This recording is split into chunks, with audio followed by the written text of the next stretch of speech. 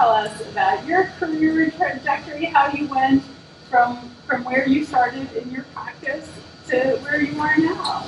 Sure. So thank you again, everyone, for being here tonight, and Elena for inviting me to speak. I am the director of the law program at an organization called Sponsors for Educational Opportunity. Some of you might have heard of it. One of our coaches is here in the crowd, Nadine. But SEO places underrepresented students matriculating into law school at corporate law internships across the country, and provides academic and professional development training opportunities for them through their first year. So that's what I do now. What I did before was I was a corporate associate at a firm here in New York, specialized in leveraged finance. I actually had I think I had a fairly good experience overall at the law firm. I had really interesting work, very interesting clients that I got to work with, really great people I worked with, great mentors. But at the same time, I was also very involved in my firm's work in diversity initiatives.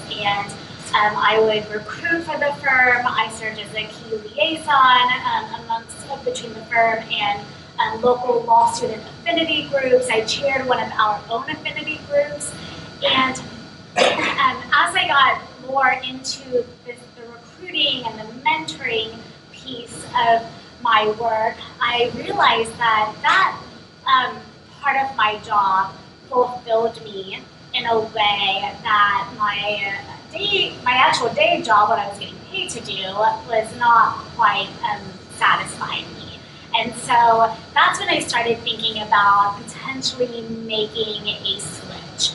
And so I sort of ruminated on that for quite some time, just on my own, and then sort of got to a point where I wanted to, I really needed to seek advice from other people, and I just didn't really know where else to start, other than one of my mentors at the firm, who happened to be the diversity officer as well. So what better way to seek advice on transitioning into D&I? So I went out to lunch with him, told him what I was thinking about, that I was interested in making this transition. He was, to my surprise, incredibly supportive, and I think not at all surprised that I was interested in making this transition, just given all of the work that I had done with him in this space. And he actually encouraged me to reach out to others like him. So I reached out to our legal recruiting officer, I reached out to other folks within HR, professional development, just to get a sense of what do they do in their day-to-day, and what other options or alternatives might I consider?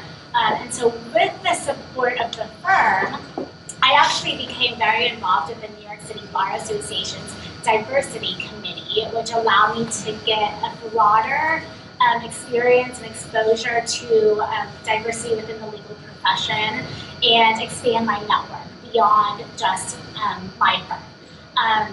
And so I started doing that for a little bit. And it got to a point where I felt like I could not give 100% of myself to both my job, even with the support of my firm, and 100% of myself to making this transition.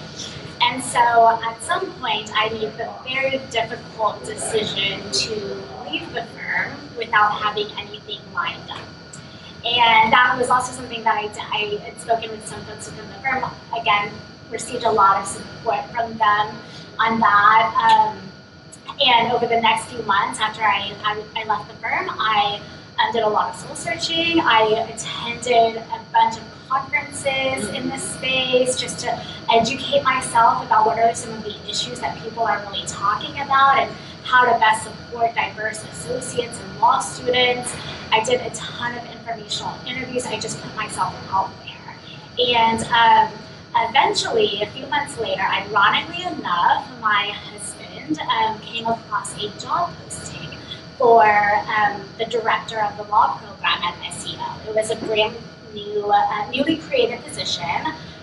He passed it along to me, thought I might be interested. I read through it, and I looked at him and I said to him, wow, this is such an incredible opportunity, but I don't think I'm the person that they're looking for.